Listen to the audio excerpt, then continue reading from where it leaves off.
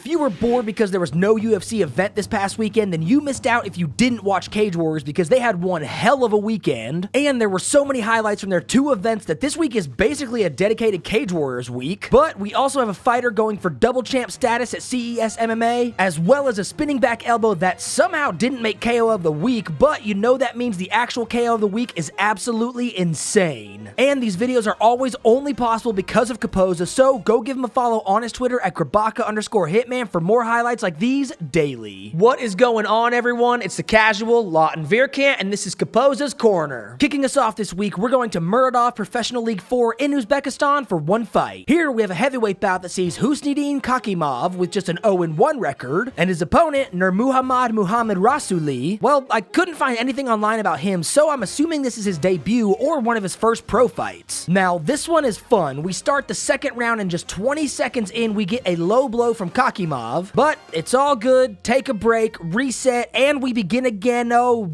damn it. Yep, another low blow. That does get a point deducted from Kakimov, but okay, we begin again. Surely the third time's the charm, right?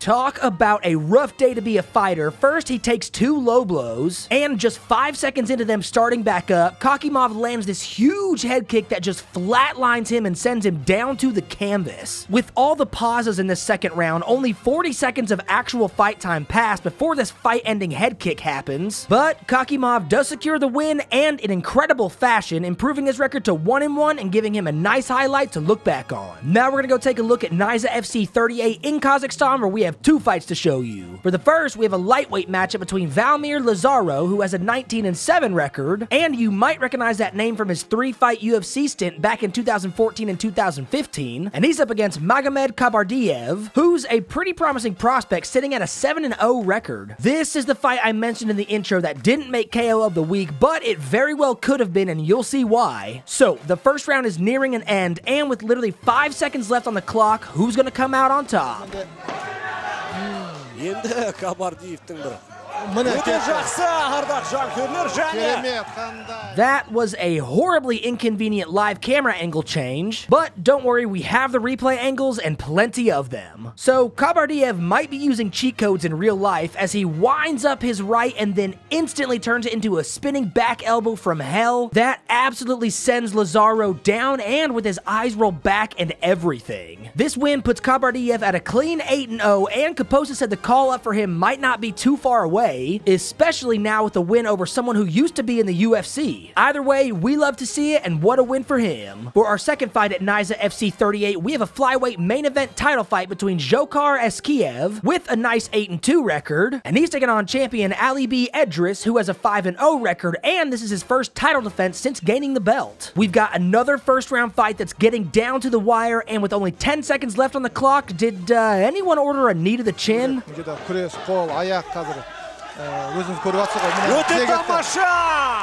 Dear Lord, look from this angle and see how quickly Eskiev's head snaps the second the knee connects. I mean, it really doesn't get much cleaner than that as Edris times this knee beautifully, and then the ref thankfully steps in as there's nothing else needed in this one. This win does improve him to a clean 6-0, and he seems to have a very bright future ahead of him at this rate. Oh yeah, and he's still your Niza FC flyweight champion. Moving on, we're gonna go check out Cage Warriors 135 in the UK for one fight, and this was their first of 2 events this past weekend. Here we have a welterweight main event that sees Daniel Skobinski with an 18-6 record, and his opponent, Justin Berlinson, has just a 6-1 record, but competed in Bellator in 2019 and had a fight on the Contender Series last year, which he sadly lost. So this first round is not looking good for Berlinson, as he is just eating shots what felt like for the entire round, and Mark Goddard is keeping a close eye, but we do actually make it through the round, and once the second round starts, it seems Berlinson has gotten a second win because he is just laying it on Skobinski with some knees and elbows. That definitely stun him, and then he decides to lock this in.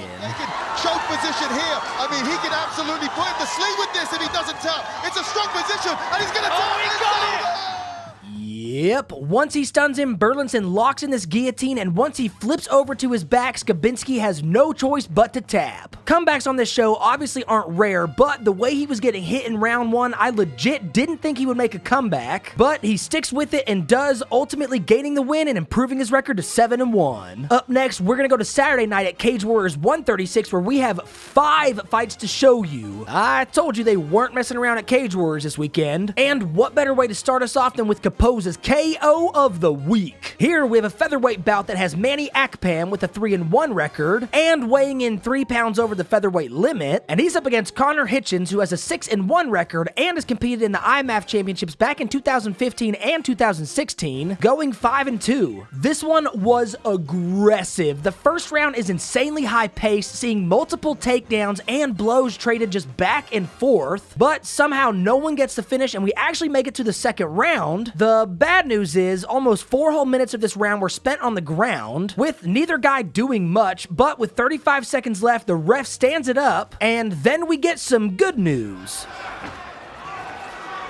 Able to stuff the takedown. Oh my God! Spinning hook kick! Oh my God! Incredible! What in the world did I just watch? In what was deemed a spinning wheel kick on paper, even though Caposa and the announcer said it could be labeled as a hook kick or a wheel kick, but either way, we personally don't care what they call it because that was beautiful, and look at how clean it connects directly to the side of Hitchens' head, sending him down, and then the one ground hook sneaks in before the ref steps in, and this fight is over. Just a beautiful knockout and an even better win for Akpam as he gets this amazing highlight to look back on and improves his record to 4-1.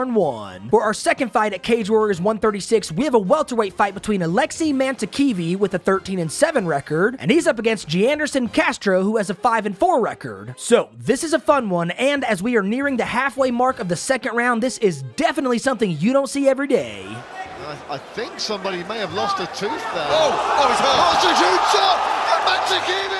He froze that man in place with the first right, only to load this follow-up one that sends him flat to the canvas and out cold. That knockout looks like something out of a movie, with him just freezing and staring off into the crowd, only to be spun around and down to the canvas. Now, thankfully, he did come to about 30 seconds later and was fine, but what a fantastic performance from Mantekevi as he secures this win and improves his record to 14-7. And for our next fight at Cage Warriors, we have a bantamweight matchup that has Jack Eglin with a 2-0 record, and his opponent, Luke Riley, also has a 2-0 record. We've got another second round finish, and Riley is putting the heat on by displaying some great combinations back to back, but then Eglin lands this nice knee in the clinch that cuts him just above his right eye, but that doesn't seem to slow him down as he keeps landing these huge rights, and then with just 10 seconds left, he decides to put a stop to this one. It's coming thick and fast. Oh, what an elbow!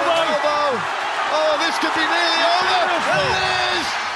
Knees, elbows, hooks, straights. Riley was just throwing every single thing he has in the final few seconds of this fight, with the left hook to straight sending him down, and Goddard has seen enough and steps in and calls this fight. Riley is just 22 years old and had a 4-0 amateur career, and this win puts him at 3-0 as a pro, so he's definitely a name to remember, because if he can keep fighting like this and securing wins, I can guarantee this won't be the last time we see him. Next up at Cage Warriors, we have a lightweight fight that sees Elhaji Endai with the nice 4-0 record, and he's taking on Adam Cullen, who has a 3-0 record. This is the second fight at this event where both fighters are undefeated, so someone's gonna get their first loss, and this one only takes 14 seconds to determine that. These wild boxing combinations, but Adam Cullen returns! Cullen drops Elhaji Endai. And that's Looking it! for the finish. Talk about 0 to 100 real quick. These two immediately started exchanging blows in a crazy manner, and it took me multiple looks to see just what happened. And I really couldn't even tell until I saw this slow-mo replay where most of Cullen's hits miss, but this final left hook lands directly to the chin and sends him down, only for the ground and pound to be enough for the ref to jump in and stop the fight. 14 seconds is all this took for Cullen to gain the win and keep his record clean at 4-0. For our last fight at Cage Warriors 136, we have the middleweight main event title fight that has current and defending champion Jati Milan with a solid 8-0 record, and his challenger is Christian Leroy Duncan, who also has a nice record of 5-0. So this one has a few things to talk about, but first, Duncan does an accidental eye poke just 30 seconds into the second round. The problem is that Milan loses a contact lens during this and immediately starts to worry about that more than the fight. As soon as the second round ends, he's asking his corner to bring him some new ones and and he is visibly getting upset and even worried when one of his cornermen try to put it in for him. So I don't think he even successfully gets it back in before Goddard has had enough and sends his corner out to begin the fight again. And then just 45 seconds into the third round, well, this happens. Looking for the outside crescent kick there. Flying knee to the chin and one successful hammer fist, and this fight is over. We can't fully blame the contact lens for this loss, but Milan definitely seemed to be more concerned over that and didn't even rest before the third round. So just 40 seconds in, he pays the ultimate price for this one. This win does, however, keep Duncan's record clean at 6-0, and he is your new Cage Warriors middleweight champion. For our last fight this week, we're going to CES MMA 67 in Connecticut, where we have a middleweight co-main event title fight that has Justin Sumter, who has an 8-4 record and has competed twice on the Contender Series, but both of which he lost. And he's taking on Billy Goff, who has a 6-2 record and is currently the CES MMA welterweight champion, and he took this fight on just a few days' notice. So round one isn't looking too good for Goff, as he takes his huge slam to the head and almost even gets stopped by the ref due to strikes, but he somehow survives and we make it to round two. And it appears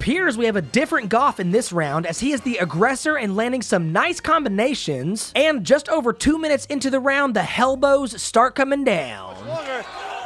Oh man, this is not pretty. Oh my God, he gets it! Billy Goff is Billy Goff. Another comeback this week, because I still am not sure how he didn't get stopped in the first round, but he stuck with it and came out in the second round determined, landing some nice shots, and the undefended elbows are the final straw, forcing the ref to step in and call this fight. This win improves his record to 7-2, and maybe with a few more solid performances, he can get another shot at something like the Contender Series, because I already mentioned he's the CES welterweight champion, and now he is your new CES MMA middleweight champion. Thank you again to Caposa for week in and week out helping us make these lists, and if you want more content like this and to support him, go give him a follow on his Twitter at Grabaka_Hitman, and you can also support him by checking out his Patreon at patreon.com/Caposa. And we want to say a huge thank you to all of these amazing organizations for hosting these events for our viewing pleasure, and to the fighters, winners, and losers, and we will see you all on the next video.